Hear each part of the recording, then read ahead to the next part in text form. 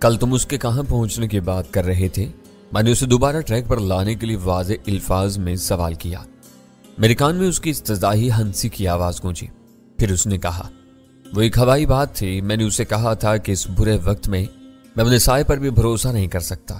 وہ مجھ سے ملنا چاہتا ہے تو سوئمنگ کاسٹیوم میں، یعنی صرف ایک چڈی میں کل دوپہر مجھے فرنچ بیچ پر ملے، تاکہ میں دور ہی سے دیکھ لوں کہ اس کے ہاتھ خالی ہیں اور لباس میں کوئی ہتھیار پوشیدہ نہیں ہے۔ کیا وہ وہاں آئے گا؟ میں نے اضطراری لہجے میں سوال کیا۔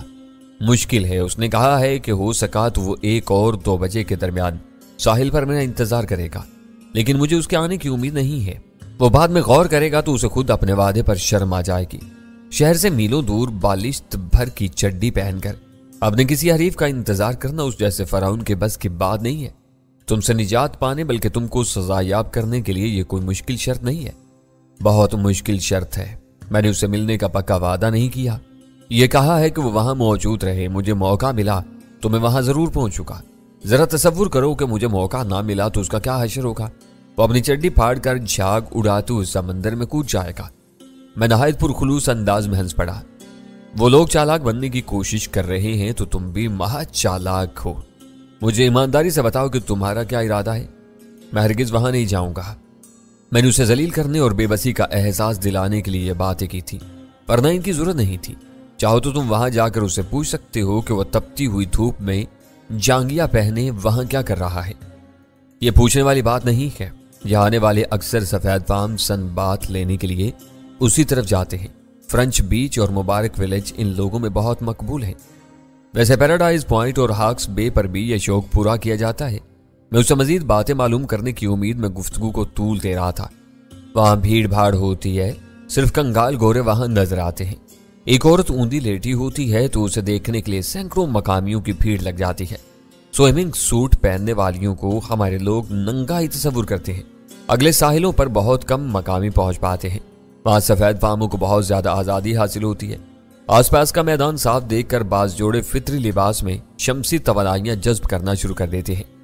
ان علاقوں کے بارے میں خاصے تجربے کار معلوم ہوتے ہو۔ اب میرا وقت بگڑ گیا ہے، وہ جذباتی لہجے میں بتا رہا تھا۔ بھلے وقتوں میں مہینے میں کم از کم 1 بار فرنچ بیچ پر پارٹی کرتا تھا۔ میرے مہمانوں کے سوا پرندہ بھی وہاں پر نہیں مار سکتا تھا۔ کیٹرنگ والے جنگل میں منگل کر دیتے تھے۔